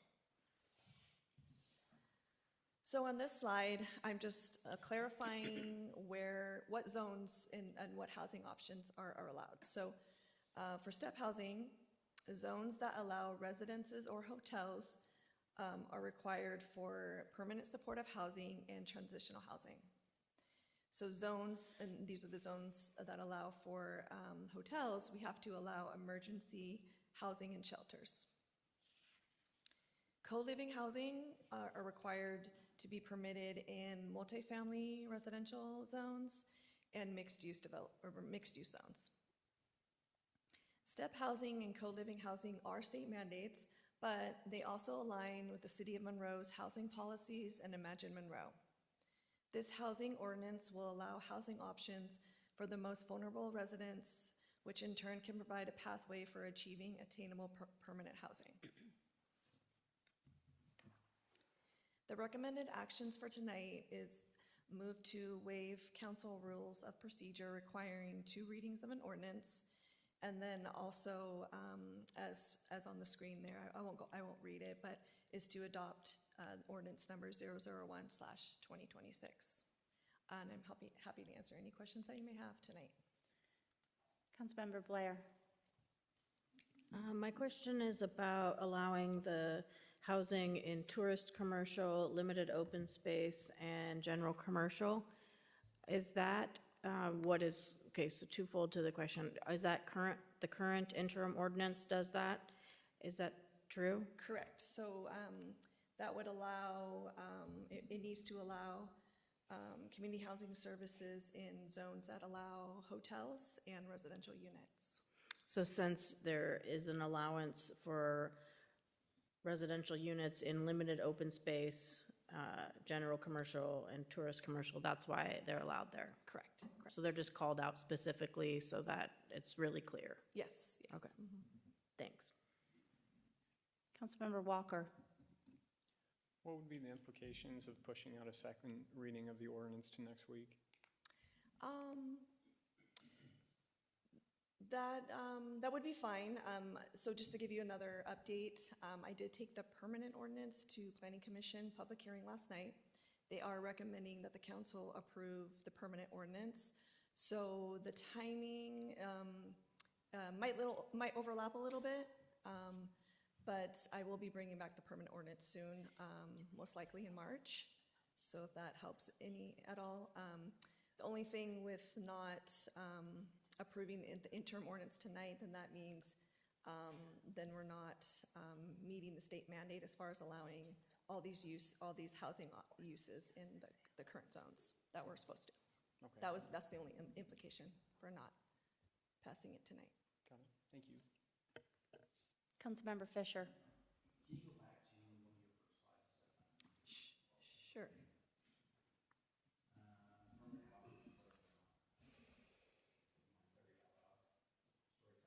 Yes. So is there any kind of a population cutoff for cities allowing all of these different types of housing? Like if you're a small city, it doesn't make a big difference and stuff. Right, just all cities planning under the Growth Management Act. So we do plan under the Growth Management Act. And part of this is a good time for some of our guests here to kind of watch us surf through some of these mandates that are handed down from the state that we can't do a lot about. One of my things, I think it was said that this follows our plan for the city, and I disagree. And we're able to put these different things in the parts of the community that we think that they would be best, and that is being taken away from us. So I don't think it aligns with how our city wants to approach housing as we've approved in the past. So that's just one of my things. They're taking away the ability for us to put them in places where we think they would be best. So that is all I have. And I also wanted to mention that in some zones, these uses are not outright permitted, so some of them require conditional use permits. So that would allow the city to at least put some conditions on those types of developments. And these are low barrier to no barrier They're housing supposed to be solutions? low barrier, correct? Yes. Okay. Mhm. Another thing I disagree with, just for the record. Councilmember Walker. Thank you. And so the only thing that we're currently out of line with state law on is the co-living housing verbiage. Correct, and then also currently, so we have to allow step housing in all zones that allow residences and hotels, and currently we're not doing that. That's why I'm adding them to the other commercial zones, like tourist commercial and some of the other general commercial zones. Okay, gotcha. Any other questions, council? There is a requested action. Yes. Oh yeah. Oh, Sorry, Councilmember Jody. Beaumont. Yeah, thank you. Thank you. So again, this is state mandated. Correct, yes. I move to waive council rules of procedure requiring 2 readings of an ordinance. A motion has been made by Councilmember Beaumont and seconded by Councilmember Blair to waive council rules of procedure requiring 2 readings of. Any discussion, council? Councilmember Walker. I think I'm going to vote against this just because I don't know if it warrants waiving the 2 readings rule. Any other discussion? Councilmember Fisher. Maybe I didn't catch, what is the implication if this goes to a second reading as far as timing goes? Because I didn't meet the 60 days for the public hearing, technically the original interim ordinance is invalid at this point. So those other zones and co-living housing would not be permitted at this point if we wait till a second reading. Okay, is there like a monetary fine from the state, or is there, like, how would that work? Somebody could go in there and put in permits and we would just have to go by what the state says, which is this pretty much what the state says? Like, is there even a difference? I'm not sure on that side of it. I just know that when we were going through the comprehensive plan process, it was a comment from Commerce that we add these types of step housing into our development regulations because we weren't quite meeting that full compliance. As far as any implications from the state, I can only think of maybe not being able to apply for certain grants, maybe housing grants, because it does relate to housing. But other than that, I'm not aware of any implications or any like fines or anything from the state. Okay, thank you. Attorney Lell, do you have a comment on that?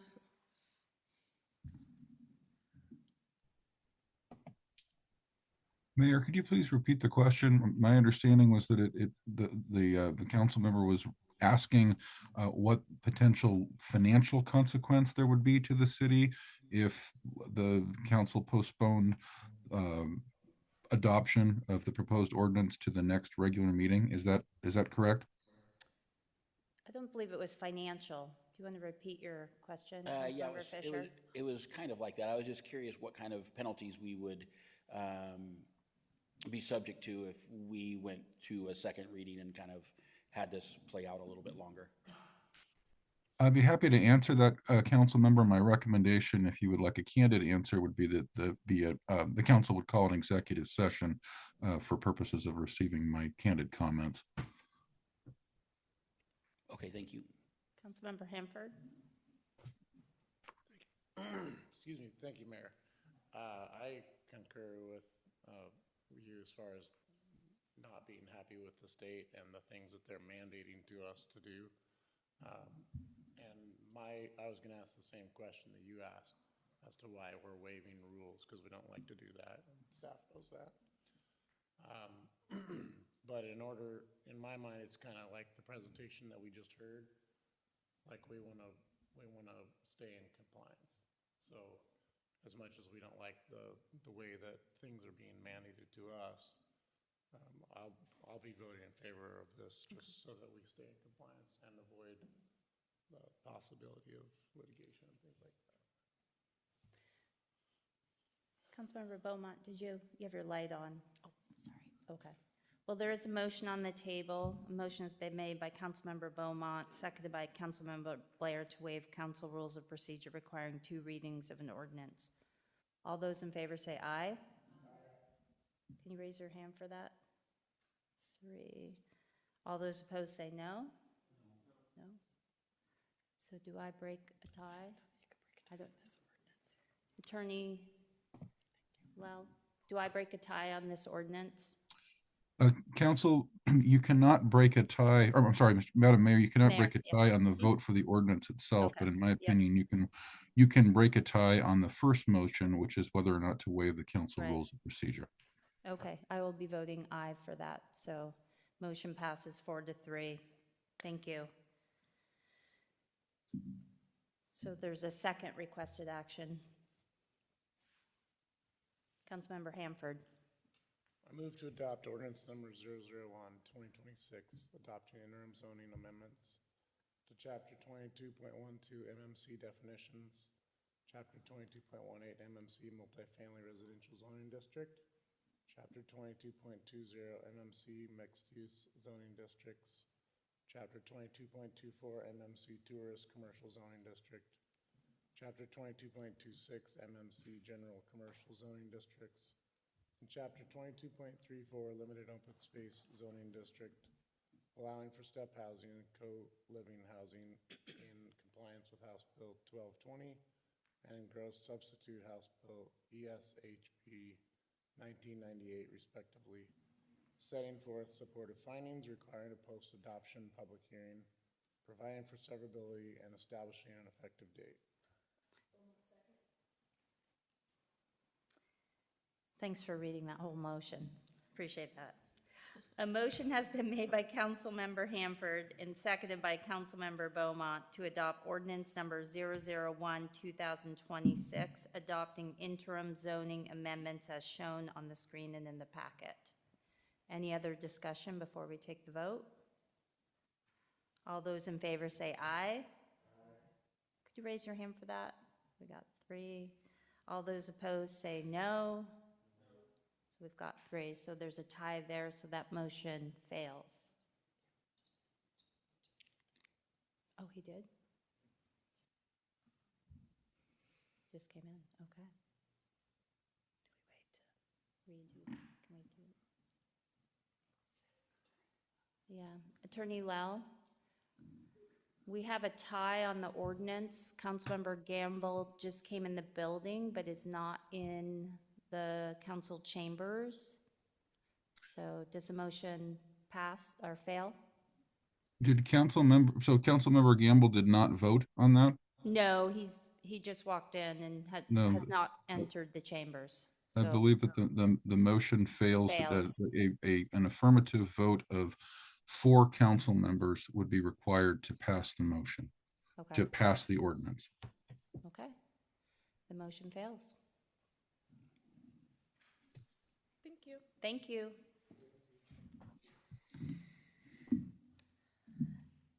Thank you, council. The next item is council member reports. Councilmember Fulcher. Thank you.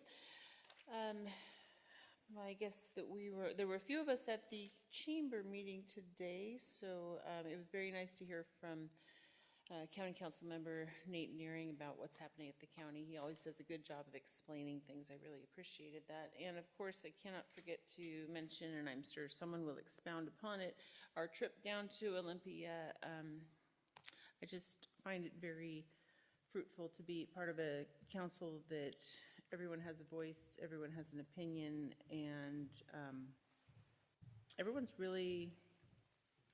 mostly everyone's really checked in on being dedicated to our, responding to our people. So thank you very much. Thank you. Let the record show that Councilmember Gamble entered the chambers at 8:40 p.m. Welcome. Councilmember Beaumont. Thank you, Mayor. Yes, we had a really productive trip to Olympia, and I wanted to make sure I acknowledge that Councilmember Fisher had gone down the week prior and done some good work down there, so thank you for doing that. And I'll let other people talk about that, but it was Councilmember Blair's first time down there, and she did amazing. We were so happy to have her with us, and we got some wonderful meetings with people that we have not met with before, and it was really, really fantastic. So I'd like to thank Liam McCorkle for putting the trip together, and we all just, I think it was really, really good trip. Very quickly, I'd like to give some recognition to the Monroe Arts Council. I told Connie Goss that I would share an upcoming, I think it's the debut of the Sky Valley Philharmonic Orchestra that we have. This is a brand new musical group in the Valley, not the Monroe Community Band, but a Philharmonic Orchestra has actually been created in Monroe. And their very first performance is this Sunday at 2 p.m. and it is Love Notes, I believe is the name of the concert. So just wanted to let everybody know about that to support them. And then on Saturday, February 28th, of course, this is all in our historic Frank Wagner Auditorium, there is a wonderful event called Sounds of the World that is a unique cultural dance and musical event. And I will be attending that, and I hope some other council members and possibly the mayor and others will join. And that's about it from me. Thank you. Thank you. Councilmember Hanford. Thank you, Mayor. Yeah, it was a very productive trip to Olympia, and great to be with several of you, and the mayor and staff. Liam, as always, does an excellent job coordinating and making sure that we have a full schedule, and it was definitely full, so thank you for that. I'm very thankful for our leadership and talking with coworkers from other cities. You know, when I tell them about going down to Olympia and some of the aggravations that they voice, it's very rewarding to say, yeah, but our representatives for Monroe are exactly what we want and are doing their best. And so it's very rewarding. So, and thankful that we had a great game on Sunday. That's it. Oh, yes. Councilmember Blair. Yeah, I just wanted to say thanks for being part of this professional organization. I didn't really know what it meant when we were going to go to Olympia, and I see now that we go there and just make sure that people down in Olympia know the types of challenges and stuff that occurs in our size of community. And you guys are a great group of people to have. I mean, we have a great group of people representing the needs of our community. And so thanks. I'm glad to be a part of it. Thank you. Councilmember Fisher. Well, besides being completely stressed out after all the legal talk, thank all of us. And then the other good news is the time capsule for 50 years. I will be 105. So I got some goals now to try and make it to 105. I want to say thank you for all of you that went down to Olympia. It's incredibly important, and of course Liam does a fantastic job of corralling the herd of cats that we can be. He had an easier job because it was just one of me when we went down, so it was just me and him, and he did a fantastic job there too. Also, thank you to everybody out there, all of your opinions, all of your wants, your needs, all of these things coming here. People volunteering for open spots in the city. It means a ton, and we really do listen. And I think that tonight, trying to be good stewards for our community is, you can see that on the 2 votes we had, we were tied. So we didn't agree. I still think that every one of these people up here is a really good human being. We may differ out there. I guess I can speak for me. I may differ with your opinions out there. I still think that you guys are great human beings. We can have these discussions, and we can have these differences, and we can still be human towards each other and be compassionate. Another thing that came up in my head was all this discussion about trying to understand small government. And there is somebody who's much smarter than I am, much more articulate, that's in this room, that had a really wonderful idea, and having basically a small government academy, similar to what the police do with the Citizens Academy, where we could have residents come in and learn about small government, and then hopefully it wouldn't be such a puzzle for you guys to figure out, because that's not the intent of us up here, is to make this a puzzle and make it complicated so people can't figure out what we're doing. And I think that would be a really, really cool thing for the city to do. And with that, I think I'm done, and I'm shooting for 105. Awesome. We're behind you. Councilmember Walker. Yeah, after that meeting, it affirms or reminds you of the difficulty of the fact that you can do a lot of campaigning before you get in office, but the day that you take the oath, then you need to cut yourself off, which sucks, because obviously on social media, so much gets said that you just want to hop on the keyboard and be like, no, wait, that's not what's going on. Here's what we're trying to do. And so I might go a little bit long on my comments, because there's a few things that I wanted to try to address. And also wanted to start by saying, you guys, thank you again for coming in. As Councilmember Fisher said, I know it's difficult to get childcare or find a way to make time to come down here and sit through these entire meetings, so it's appreciated. Yeah, the tough part about that presentation is it reminds us of that oftentimes impossible feeling of like you want to be a very accessible local elected leader, and at the same time doing so, if you want to be a good steward of your city and at the end of the day your residents' tax dollars, that requires that sometimes unbearable level of restraint. The Citizens Academy idea I think is great, because one of the things that I always mention to residents when I talk to them is government is, at least at this level and even at higher levels, it's so much smaller than you think, particularly here.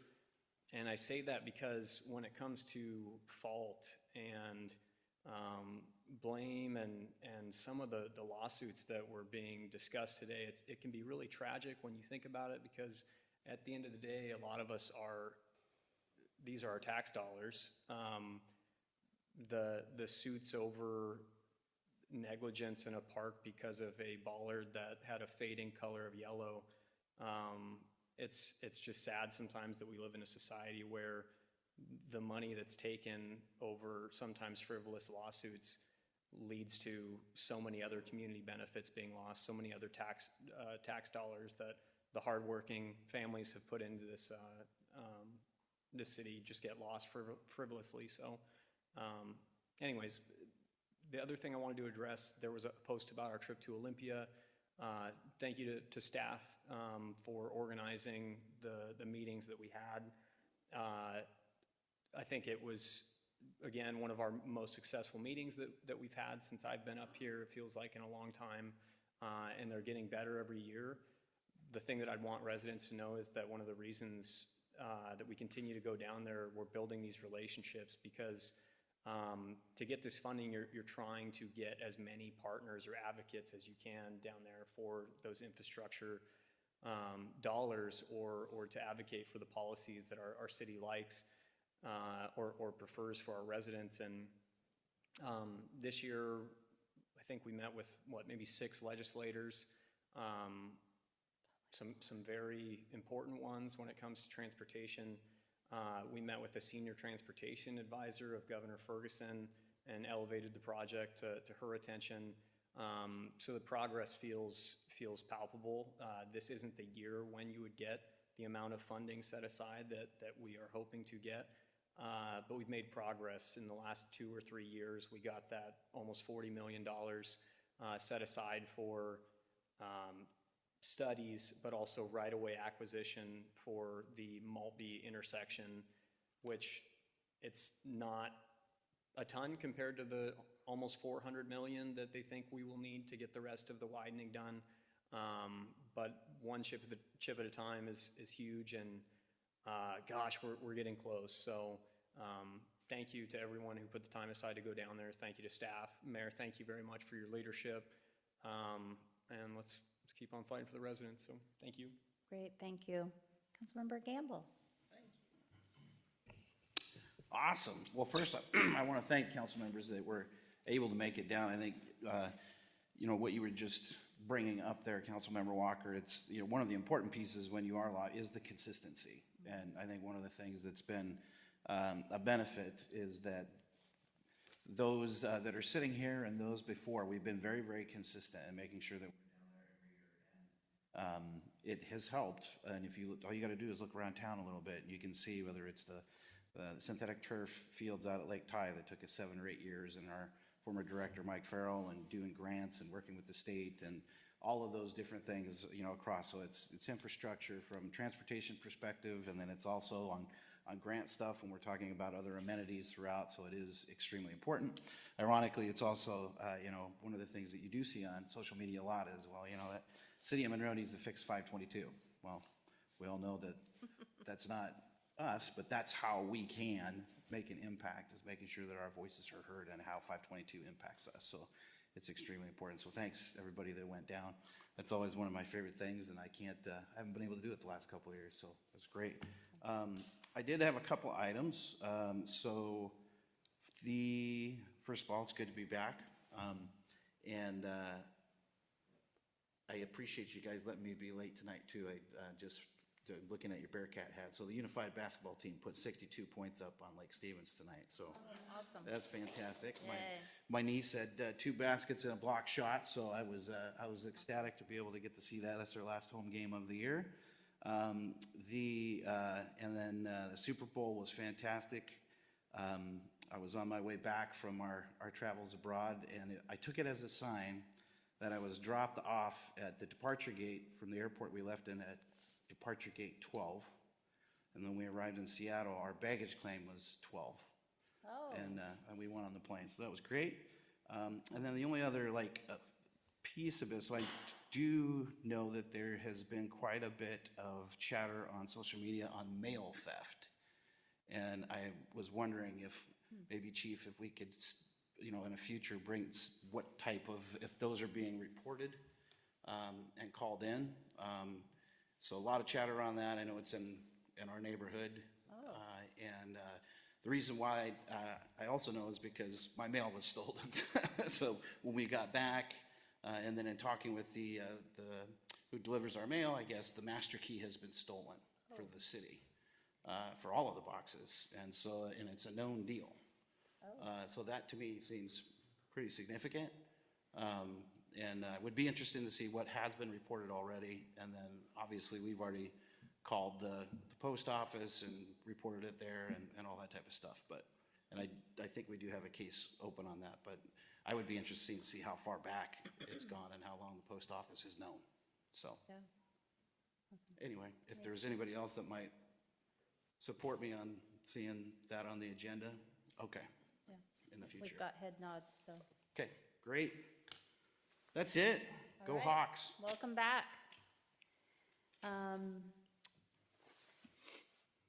There are no oral reports tonight. Report from the Park Department is available in your packet. So take a look at that. Thank you. The next item on the agenda is the extended agenda. Ms. Knight? Thank you, Mayor. Looking forward to the Finance and Human Resources Committee meeting on the 17th. We have the selection of chair, approval of meeting minutes. I believe that's supposed to be November 18th of 2025.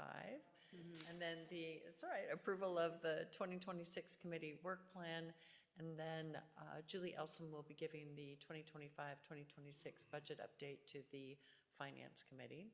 For the regular council study session, we will have festival lot recommendations from the Park Board, opioid settlement funding strategy, and the 2025-2026 budget update for the entire city council. Great. Any I questions? think there's one more. Oh, Is there one another more. slide? Oh, there you go. There we go. For the 24th, we have a P3 committee meeting planned. It'll be the approval of meeting minutes from January 27th, approval of the 2026 committee work plan and scooter regulations. And then for the regular city council business meeting, we will have under consent the regular accounts payable, the meeting minutes payroll, authorizing the mayor to accept completion of the Curry View Playground renovations. Under new business, authorized pay wage classification for the deputy finance director, and then the reports, department reports.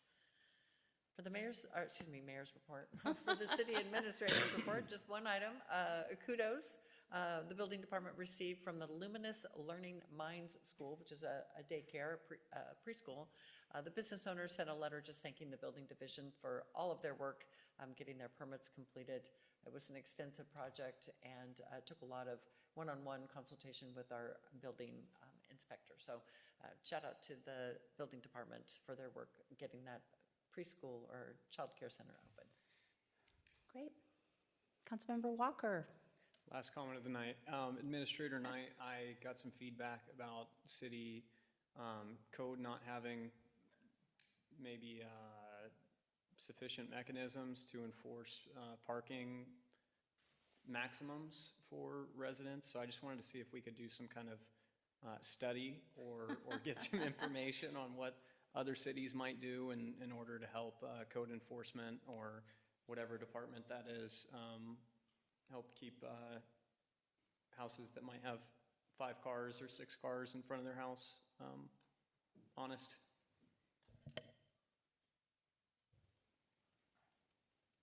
Okay. Thank you. Any other questions for Ms. Knight? No. Okay. I guess mayor's report. I don't think we had reports last week because it was strategic planning. So just want to make council aware that Congresswoman Del Bene visited our city on, I guess it was January 29th, and we walked downtown. Ms. Knight and I walked downtown and went to the festival lot, the building, looked at it, talked about possible funding sources maybe for that lot, and explained our economic development plan down there to really renovate that lot and spur development downtown, and then walked to 3 or 4 businesses and went into the businesses and brought her in, and it was really great. So it's a great visit, well worth it. Attended the Chamber Board on February 3rd, so made time to go to their board meeting, so that was really beneficial. Introduced myself to the Chamber Board. Obviously was down in Olympia last week with the rest of you. I thought, gosh, we've got great advocates for our community and council members. I was super impressed. My first time with all of you down there, and just thought, yeah, just great advocacy happening on behalf of the city, so thank you for that. Attended the chamber lunch today with County Council member Nate Nearing, so very informative. Great to see council members there. At your seat, you have a sheet, so take a look at that. It's a document that just sets some guidelines for council and staff communications. So we really want council to have the information they need, especially as we enter into the biennial budget coming up. So this is just some guidelines that the senior leadership team and Ms. Knight worked on, and we took the last month to really work on these and bring them back to council. So let me know if you have questions or feedback about this. So thank you. And then lastly, next Wednesday, the police department awards ceremony is happening next Wednesday, February 18th. I believe the chief will be sending an email to council, so hope to see some of you there. It'll be 4:30 to, I believe, 6:30 in the Monroe Coordination Center. So would love to see some of council members there. Question? Councilmember Beaumont. Oh, it's February 18th, Wednesday.